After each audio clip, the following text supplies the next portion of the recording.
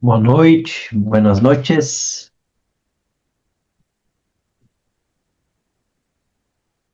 Bom, nós damos sequência, então, Buenas a noches. buenas noches.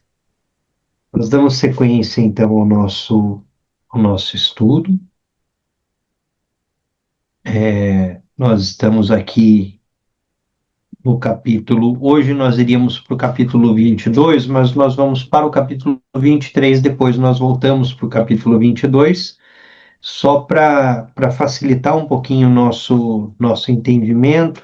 E depois a gente fala sobre os tipos de sonhos. Eu gostaria de explorar hoje o capítulo 23, são 4 páginas, mas que vai dar bastante discussão para a prática de hoje e o processo que antecede a prática de yoga do sono, né? E depois, lá no capítulo 24, nós vamos ser apresentados a Dakini Seudido Drelma, né? Que é a Dakini do sonho, do sono, propriamente, de acordo com o Tantra Mãe.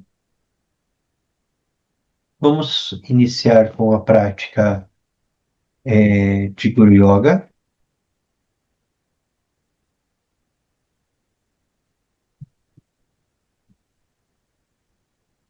A coroa da minha cabeça, o palácio da grande bem-aventurança. Rezo a ti, benevolente lama raiz, ó precioso.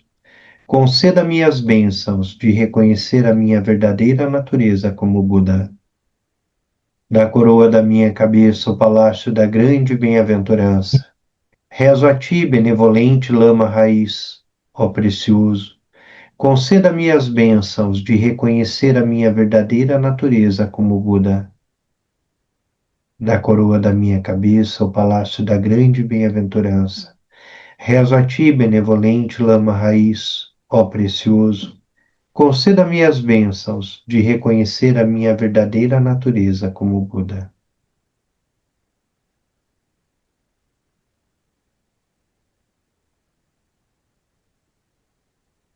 Estamos ali no capítulo 23. A prática do sono e a prática do sonho. Então, nos dois últimos encontros, quando a gente começou a discutir a prática do sono e o adormecer, o ego que se dissolve, o ego que surge no corpo de sonho, né, e o processo de dormir de forma consciente, permanecer consciente a noite toda, nós chegamos na prática do sono e a relação dessa prática com a prática do sonho, ali no capítulo 23. A diferença entre a prática do sonho e a do sono é semelhante à que existe entre a prática do calmo permanecer, chinê, quando se usa um objeto e quando não há objeto. Então, a diferença entre yogas dos sonhos para yogas do sono é que, na perspectiva do yogas do sonho, nós estamos na prática tântrica. Nós estamos praticando com algum objeto. E o sonho aqui é o objeto. O fenômeno que surge é o objeto, e nós praticamos utilizando o fenômeno. Há pouco nós fazemos uma prática de Dawa Gyaltsen e depois uma prática de mente céu, em que nós tentamos nos liberar total e completamente de qualquer objeto. Então, a prática mente céu, a prática de Dawa Gyaltsen, que vai nos conduzindo para a natureza pura da mente, para a união entre vacuidade e luminosidade, para a experiência da união, que gera a experiência da bem-aventurança, esse caminho, o resultado desse caminho, ele se dá ou se apresenta ou pode ser experienciado na prática dos yogas do sono.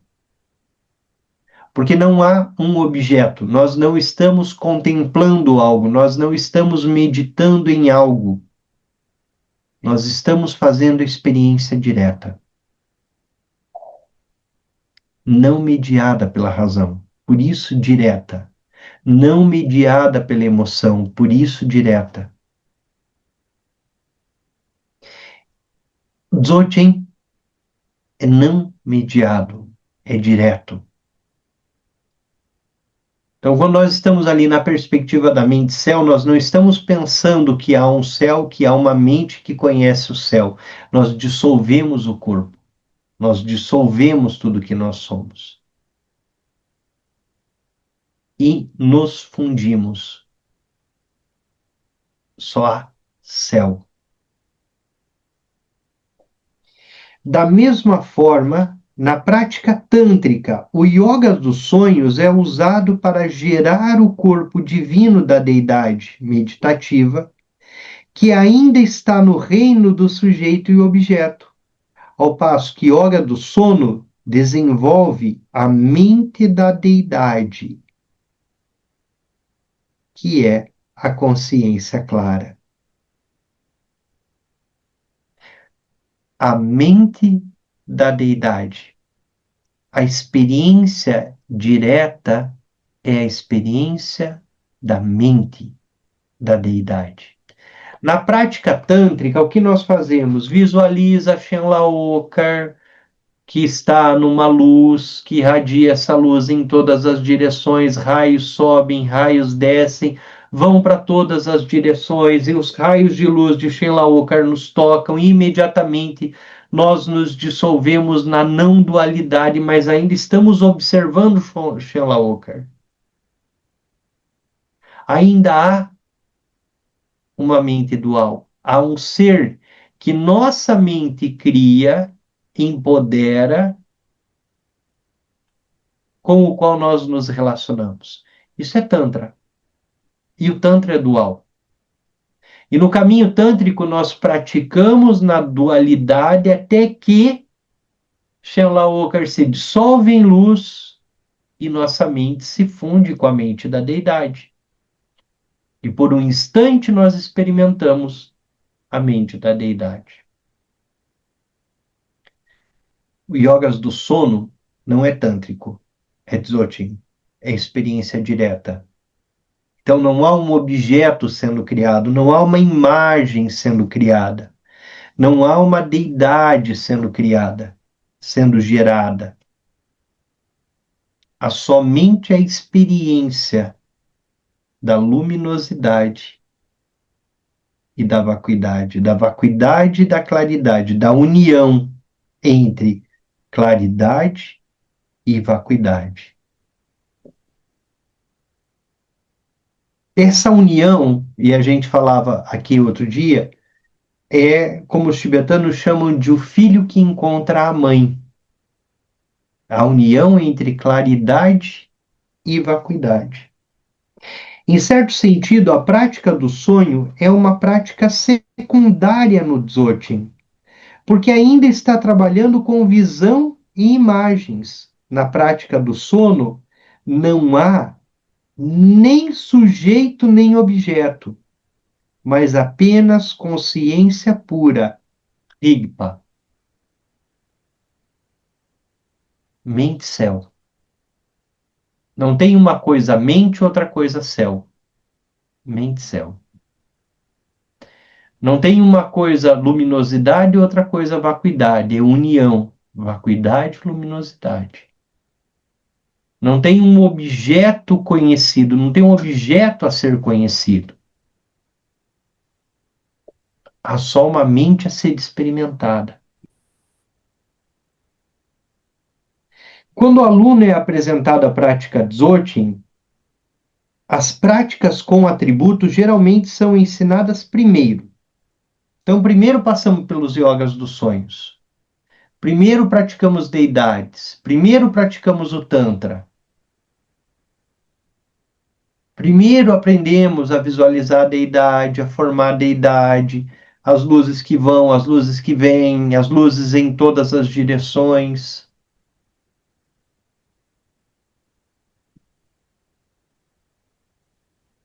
Somente após desenvolver alguma estabilidade é que começa a praticar sem atributos.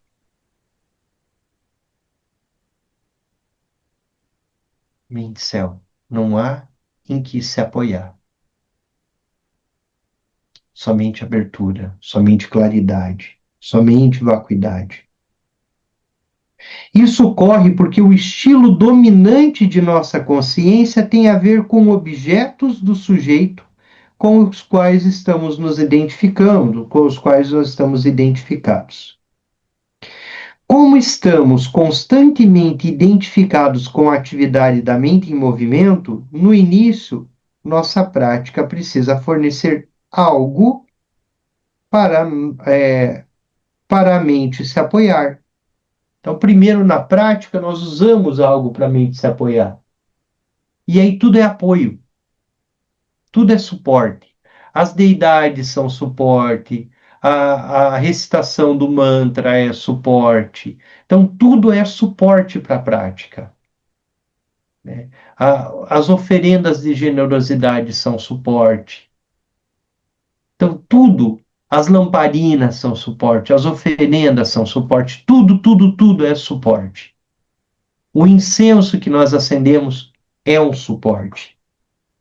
Por quê? Porque nossa mente em movimento precisa disso. Nós lidamos com essas coisas.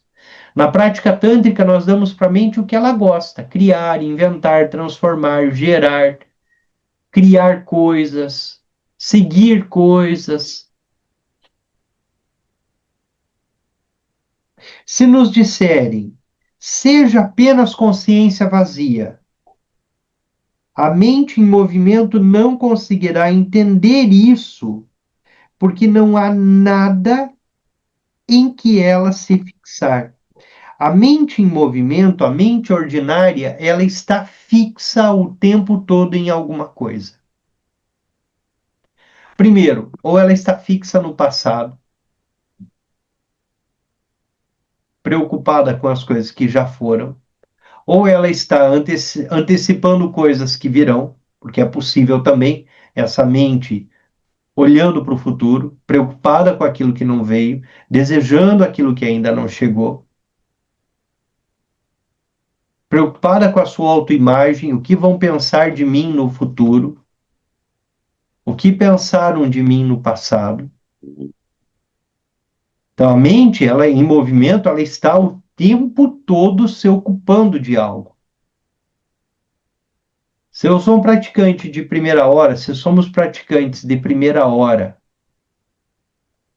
e dizemos, como Rinpoche diz, seja agora apenas a mente vazia, a gente vai dizer o que é isso?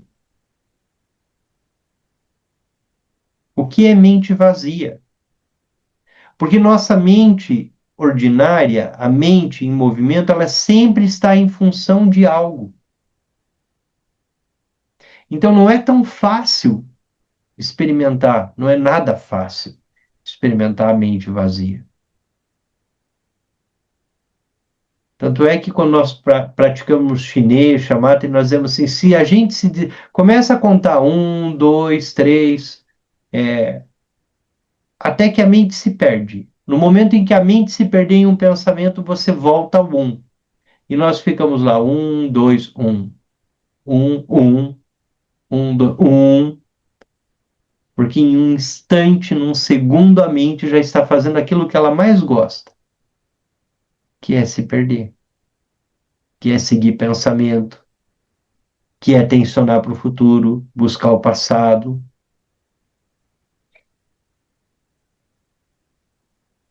E o mais divertido é isso, que vem aqui na sequência. Ela vai buscar algo para se fixar. Então, quando a gente fala de vacuidade, imediatamente ela tenta criar uma imagem da vacuidade para se identificar. Mas isso não é a prática. Porque senão imediatamente a gente vai imaginar que vacuidade é uma coisa, assim como claridade é uma coisa. E aí vamos tentar repetir, se fixar ou alguma coisa em relação com vacuidade, com luminosidade. mas vacuidade não é uma coisa. Luminosidade não é uma coisa. Vacuidade e luminosidade é uma experiência. Ou melhor, nós acessamos a partir de uma experiência. E essa experiência precisa ser direta. Não mediada pela razão, não mediada pelo ego, não mediada pela emoção. Somente uma experiência direta. Como quando nós furamos o dedo numa roseira. A gente pode ficar explicando um tempão, ou falando que não é para chegar lá, não é para encostar, mas nós só vamos saber o que é roseira, o que é furar o dedo quando nós furamos o dedo. É direto, não é mediado. É experiência, ela mesma. Porém, se dissermos que algo deve ser visualizado e depois disso, e assim por diante, a mente em movimento se sentirá confortável, porque há algo para fazer. Prática tântrica, nós estamos fazendo algo, a mente está em movimento, então nós estamos dizendo, vai por aqui, faz isso, faz aquilo, né? Faz luz, dissolve luz, vai para não sei onde, faz não sei o quê. Usamos a mente conceitual e os objetos da consciência para conduzir a mente à consciência sem atributos, que é para onde a prática deve seguir. Passamos por toda a prática tântrica, mas nós vamos repousar na mente da deidade. Nós saímos de uma prática de muitos atributos para uma prática sem atributos, onde nós simplesmente repousamos. Por exemplo, se disserem para imaginar o corpo se dissolvendo, isso não parece difícil de ser visualizado. Após a dissolução, há um momento em que não há nada para agarrar. Isso propicia a situação na qual o praticante preparado pode reconhecer Rigpa. Porque a imagem ou a coisa com que nós mais nos identificamos é o nosso ego. E a imagem do nosso ego é o nosso corpo. É aquilo que nós somos: face, orelhas, nariz, pé, mão, tudo isso. Então, quando nós buscamos a dissolução do corpo, não há mais no que se agarrar. Não há mais no que se segurar. Não há mais um ego, não há mais uma coisa em que nós nos prendemos. Então, essa perspectiva da dissolução, da liberação do corpo, é o que o Rinpoche diz. Isso propicia a situação na qual o praticante preparado pode reconhecer Rigpa. E por que flutuamos, visualizamos flutuar no céu? Para que nós não tenhamos nenhum apoio. E nos fundimos com o céu, porque se não há um corpo que limite a nossa relação com o céu, nós nos tornamos céu. Página 214 no livro Conceição, capítulo 23. É semelhante à contagem regressiva de 10, 9, 8, 7, até chegar no zero. Não há nada para agarrar no zero. É o tigre do espaço vazio. Mas o movimento nos leva até lá. A contagem regressiva para a vacuidade é o semelhante ao uso da prática com atributos para levar à vacuidade da prática sem atributos. A prática do sono, na verdade, não tem forma, portanto, Não há nada em que se concentrar.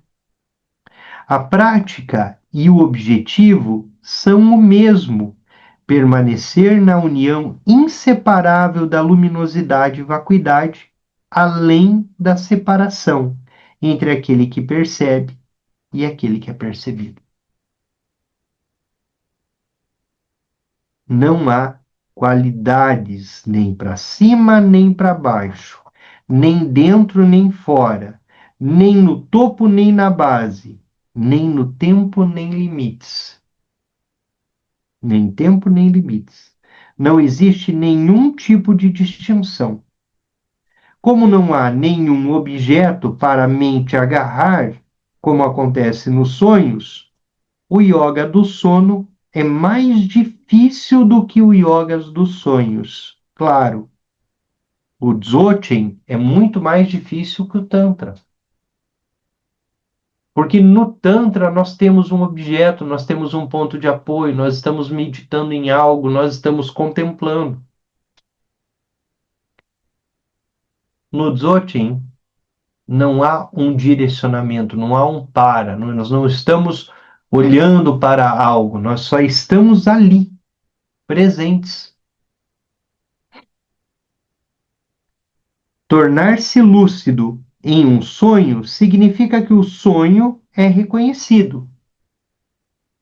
Ele é o objeto da consciência, mas na prática do sono, o reconhecimento não é um objeto, não é de um objeto por um sujeito. Quando nós estamos sonhando e nos tornamos lúcidos no sonho, tem um eu sujeito reconhecendo um objeto sonho e dizendo isso é um sonho. E aí eu faço o que eu quiser. No sono não tem isso, porque não tem um objeto a ser conhecido. E não tem um eu para conhecer. Mas a realização não dual da consciência pura, a clara luz pela própria consciência. A consciência sensorial não está operando. Portanto, a mente, que se baseia na experiência sensorial, não está funcionando. A clara luz é como ver sem olhos, sem um objeto ou sem alguém que vê.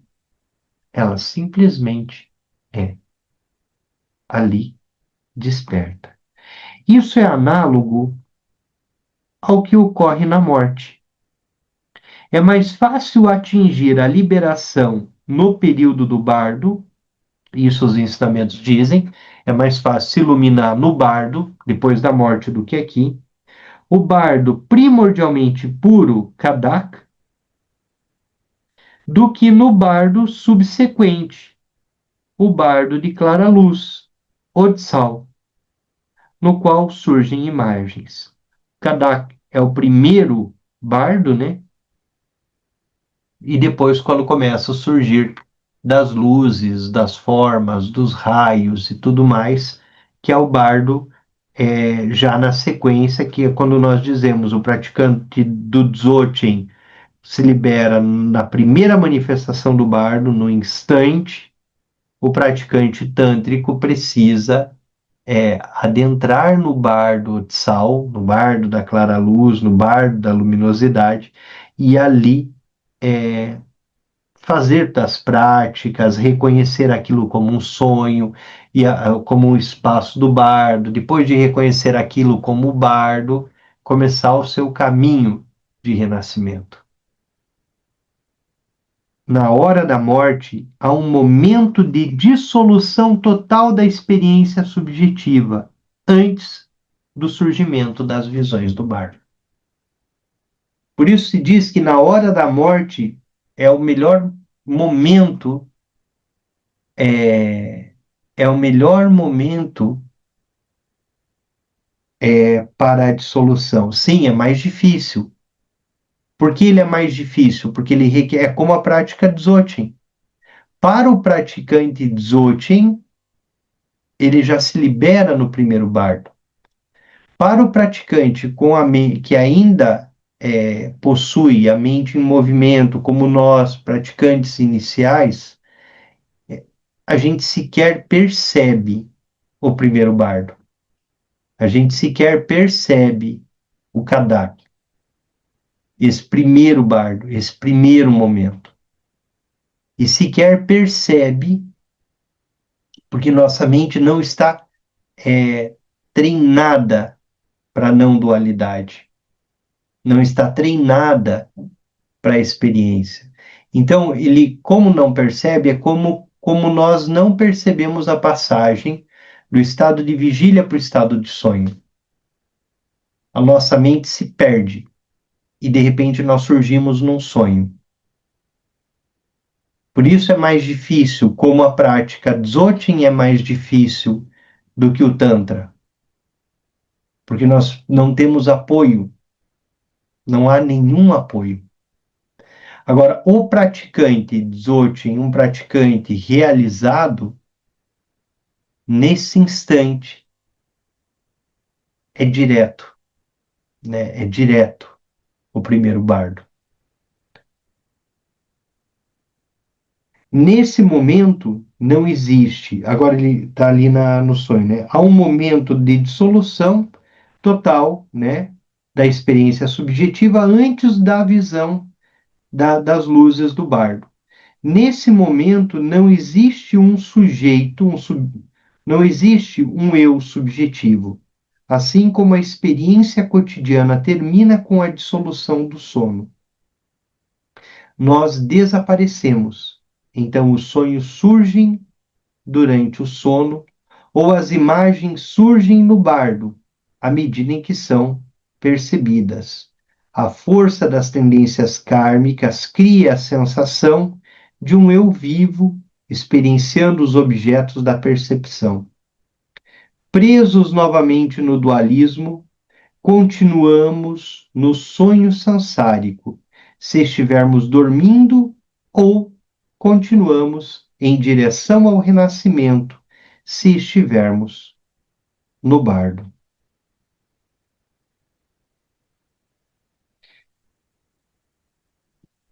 Esses dois movimentos são os dois movimentos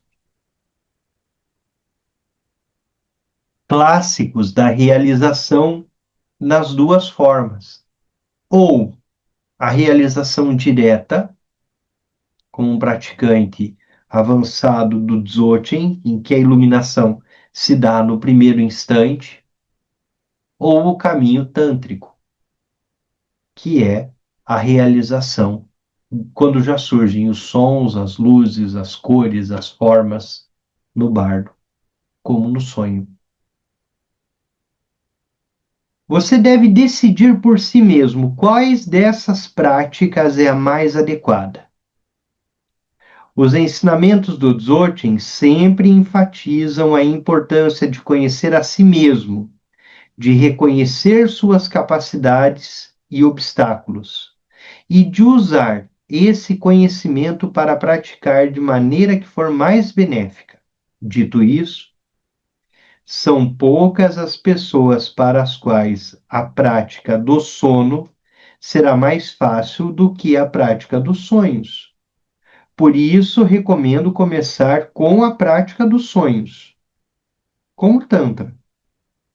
Se sua mente ainda estiver se fixando em objetos, faz sentido continuar com yogas dos sonhos, na qual a mente pode se fixar no próprio sonho. Depois de desenvolver estabilidade em Rigpa, a prática do sono pode ser mais fácil de ser realizada, porque há uma forte experiência de não se apegar, de não ser um sujeito, que é a situação do sono. Outro motivo pelo qual recomendo começar pelo yoga dos sonhos é que pode levar muitos anos para um praticante se tornar lúcido durante o sono. Praticar por muito tempo sem resultados aparentes pode gerar desânimo, o que pode se tornar um obstáculo no caminho. Quando se adquire alguma experiência em qualquer um dos yogas, isso ajuda a prosseguir e fortalecer a prática. Como é mais fácil desenvolver lucidez no sonho, e a lucidez no sonho é o primeiro passo já mais consistente dos yogas dos sonhos, o Rinpoche encaminha por ali. Que o Dzogchen, a prática do Dzogchen, a prática da lucidez no sono, como ele mesmo diz, é um caminho árido, pode levar muitos anos a se ter qualquer tipo de experiência. Pode se levar muito tempo. E aí o praticante pode desistir, desanimar.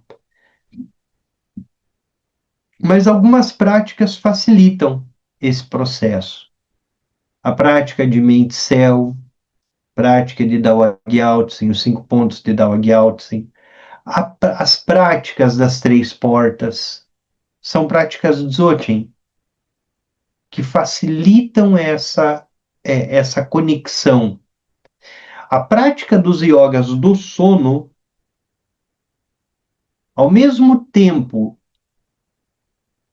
que ela se associa à dissolução do ego e à permanência não dual num estado de consciência, ela também te traz para uma perspectiva bastante profunda de presença, um estado de presença. Um estado de presença relacionado ao corpo, onde se está. E é muito difícil estarmos presentes, principalmente quando vamos para o quarto para dormir. Nossa mente viaja em instantes, ela não está ali. Imediatamente ela está girando, rodando.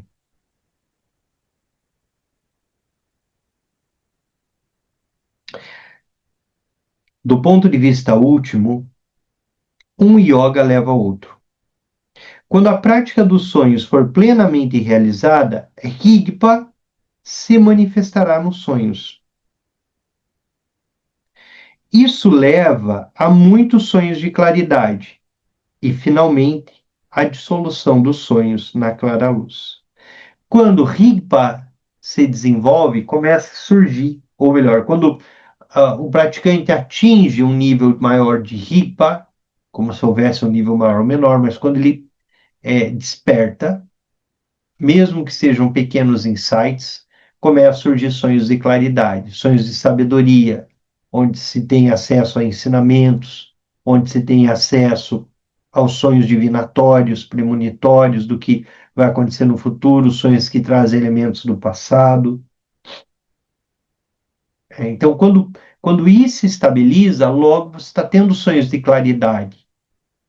E os sonhos de claridade desembocam no sonho de clara luz. E o sonho de clara luz é um não sonho. É um estado de Rigpa pleno. E é o ponto em que os yogas dos sonhos e os yogas do sono se encontram na perspectiva da clara luz. Esse também é o fruto da prática do sono. Por outro lado, quando há progresso no yoga do sono, os sonhos se tornarão naturalmente lúcidos e os sonhos de claridade surgirão espontaneamente. Os sonhos lúcidos podem então ser usados para desenvolver a flexibilidade da mente, que é um dos principais objetivos dos yogas dos sonhos. Fazer no sonho tudo aquilo que nós não fazemos em vigília, né? Que também está na prática do Dzogchen, desenvolver uma mente cada vez mais aberta, cada vez mais flexível. Conforme descrito anteriormente, o sucesso final em qualquer uma das práticas requer a presença pura de Rigpa, seja conhecida e estabilizada durante o dia pelo praticante. Quando Rigpa está estabelecida e Rigpa está é experienciada pelo praticante, está estabelecida aí, reconhecida, naturalmente, todas essas experiências surgem tanto no bardo, no sono, no sonho, e em qualquer outra atividade diária e ordinária. No momento anterior, quando nós estávamos lendo Maravilhas da Mente Natural, todos esses elementos aqui apareceram. E nesse momento a gente se aprofunda um pouco mais na discussão do Dzogchen, porque yogas do sono é uma parte Dzogchen, é uma perspectiva Dzogchen. Semana que vem nós voltamos para o capítulo 22, os três tipos de sono. Gostaria de abrir a palavra para quem quiser fazer algum comentário, tiver alguma dúvida, algum ponto. Teve um comentário durante a leitura. É... o Anthony, deixa eu ver aqui. O Vinícius chamou a atenção, o texto fala que é mais difícil o primeiro bardo, sim. Até a hora que eu vi o comentário ali, talvez eu fui impreciso no comentário, mas a hora que o Vinícius chamou a atenção é exatamente isso. O primeiro é o praticante avançado Dzogchen, que já não há mais dualidade, que é onde ele vai se conectar. O Marcos pergunta um pouco antes, né, como seria a prece? Visão é mente? Não consegui anotar. É um verso, são 5 versos de Dawa Gyaltse, visão é mente. Segundo verso, mente é vazio. Terceiro verso, vazio ou vacuidade é claridade. Quarto verso, claridade é a união. E o quinto verso, união é bem-aventurança. É um jogo lógico, né? Tudo aquilo que nós vemos é a manifestação da mente. Então, a visão, o que eu estou vendo é a própria mente. E o Rinpoche usa muito isso com o corpo de dor. Então, tem algo que aconteceu hoje e eu tenho muita raiva dessa situação, então eu vou olhar para ela. Tem alguma coisa que aconteceu que me incomoda, que eu vejo que está errado, que não é assim, que não deveria ser desse jeito, que tira a minha paz. Pois bem, é para ela que eu vou olhar. Porque isso é uma expressão da minha mente. A raiva é uma expressão da minha mente. O apego é uma expressão da minha mente. Então, visão é mente. O que eu estou vendo é uma expressão da minha mente. Quando eu olho diretamente para ela, olhar mesmo. Quando eu olho para aquela situação, eu não lembro, eu acho que isso é do Shoghi Trungpa, que ele diz: quando eu olho para as coisas que a minha mente, que perturbam a minha mente, eu rio. É uma piada. Quando eu olho diretamente para aquilo que me causa raiva, é digno de riso.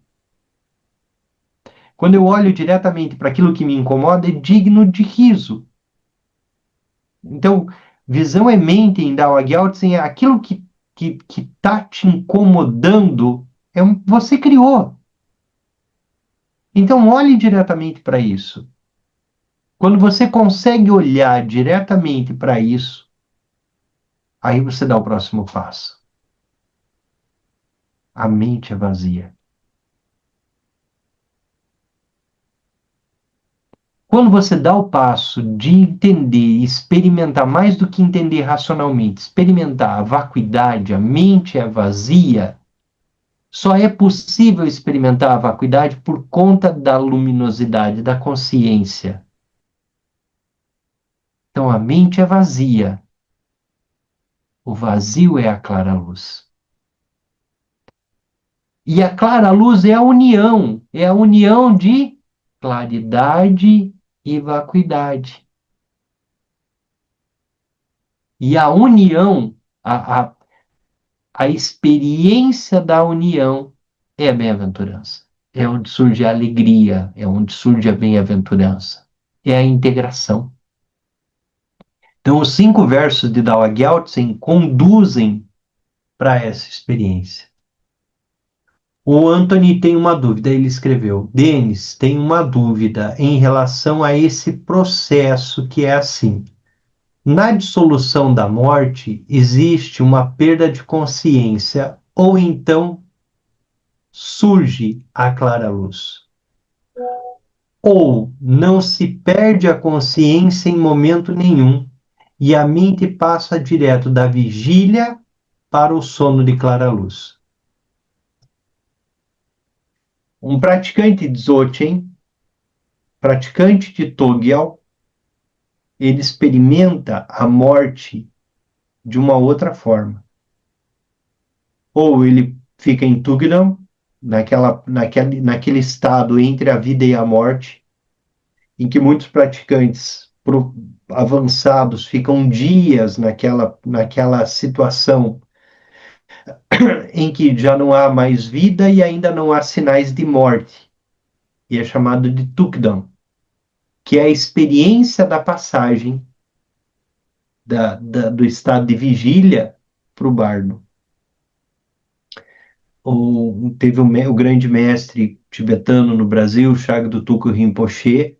Ele ficou em Tukdam, aqui no Brasil, foi o primeiro mestre tibetano a viver essa experiência aqui no Brasil, no Rio Grande do Sul, morando lá em Três Coroas, em que ele vai ficar um tempo de 4 dias em Tukdam. E aí já a vigilância sanitária ao redor do templo, lá no Cadrolim, né? Porque ele não tinha os sinais da morte. Ninguém no Brasil sabia o que fazer com aquilo, com aquela situação. O corpo, a região do peito ainda quente. Então, um praticante realizado, Anthony, ele vai viver essa experiência de uma outra forma. Ele vai viver essa experiência da iluminação. E ele vai ficar ali contemplando Kadak, né? Essa espontaneidade, aquilo que é. Um praticante não realizado, ele vai apagar. Ele não tem a consciência da passagem da vida para a morte. Então ele apaga. Consciência desaparece. Quando a consciência aparece de novo, já aparece no contexto das luzes, das cores e tudo mais. Como, por exemplo, quando nós apagamos quando dormimos e acordamos e surgimos de novo no mundo dos sonhos. O praticante de yogas do sono, ele observa conscientemente, ele dorme de forma consciente. Ele está se preparando. Né? Então, ele se torna consciente em todo o processo. Mas não é uma consciência do ego, não é uma consciência do eu, é uma consciência da base.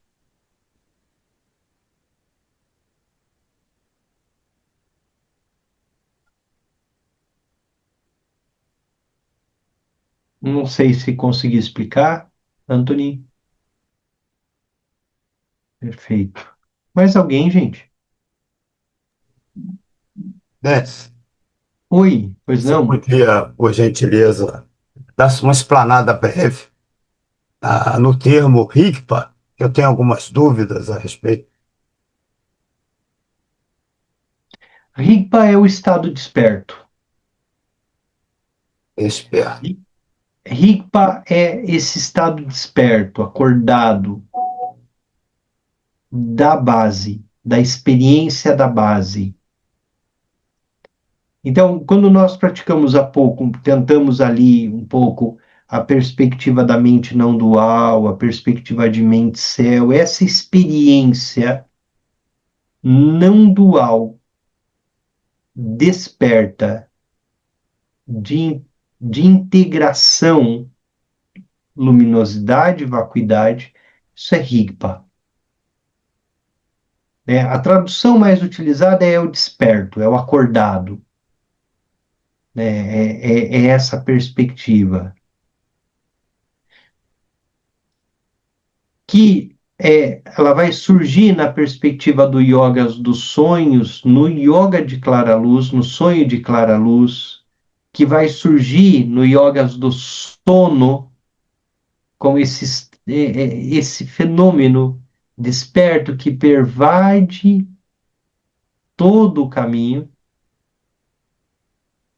né, que passa todo o estágio do adormecer e do despertar, mas o tempo todo é acordado. É que fica difícil, né? A gente fala de despertar e acordado, mas a ripa é consciente, autoconsciente, consciente, autoconsciente e numa consciência não dual. Isso é ripa. Né? O tibetano, aí quando nós estamos onde nós estamos perdidos, assim no samsara, ele chama de Mahigpa, né? Mahigpa. E essa perspectiva desperta, não dual, Rigpa.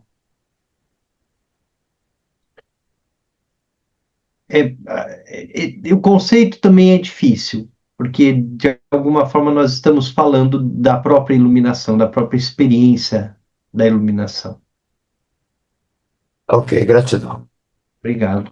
Adalto, A minha dúvida é o seguinte: quando a gente pratica durante o dia, né, yoga do sonho, né, e fortalece a experiência de que eu estou sonhando, né, o mestre ensina isso nesse livro, né? Quer dizer, é sim. importante enfatizar que eu estou sonhando, né? E aí então eu estou vivendo uma experiência e procuro o tempo inteiro lembrar que eu estou sonhando. Se eu vou para uma outra atividade, mudei de sonho, estou sonhando. Isso de alguma forma não fortalece a identidade enquanto uma pessoa, né, que está de alguma forma sonhando? Essa é uma questão. A segunda, que também eu percebo de alguma forma isso, e das outras práticas que ele ensina no livro, é você trabalhar, quando você desperta, né, no sonho, você trabalhar com mudança de forma, com mudança de cor, com tamanho. E eu tenho procurado fazer também, não também porque não consegui ainda em sonho, mas em vigília, né? Pegando algumas experiências que eu estou sonhando em vigília e aquele carro é azul, mas ele pode ser vermelho e fazendo essas práticas para o que ele chama de flexibilizar a mente, né? Então, não sei se você consideraria essas práticas em vigília também como práticas interessantes a serem feitas, né?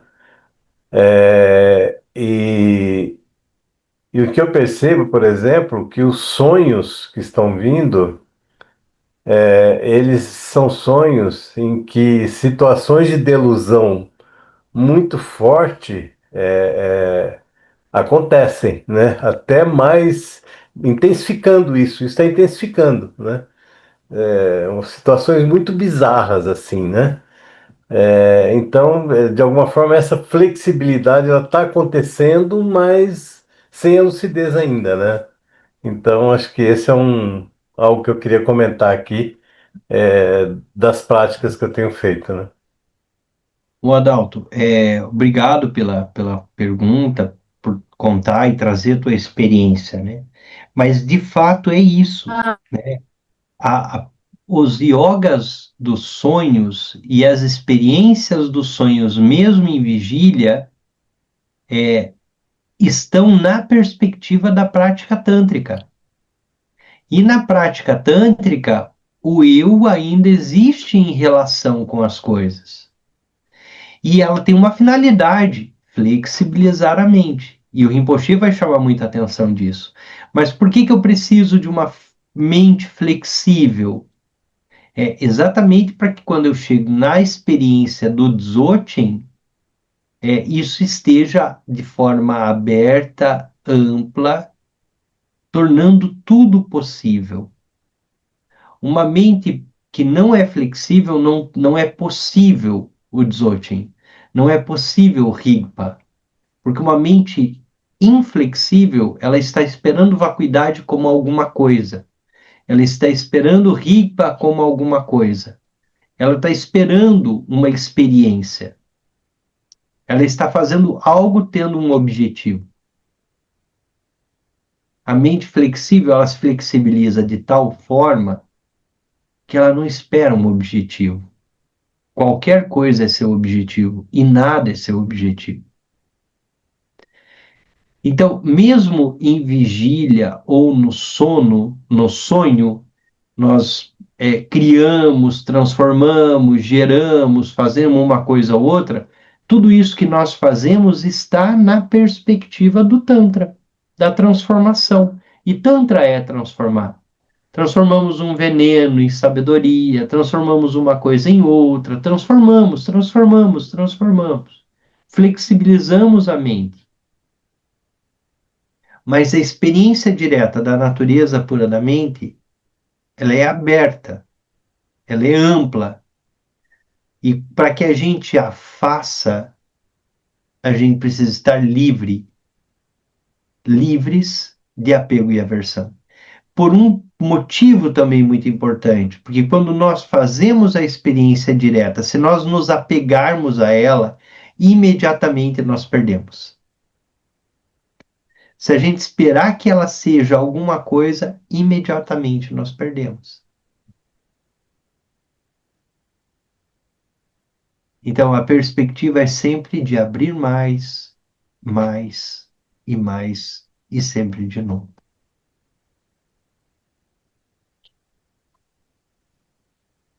Dedicação, obrigado. Boa noite, obrigado.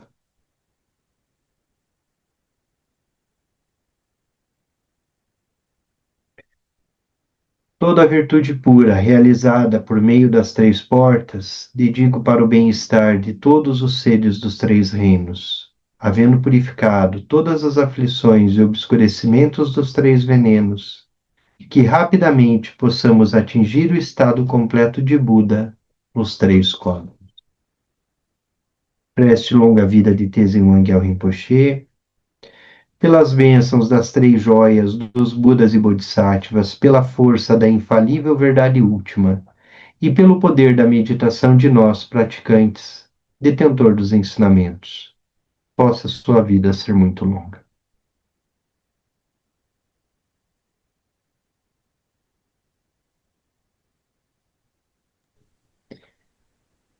Boa noite, até segunda-feira.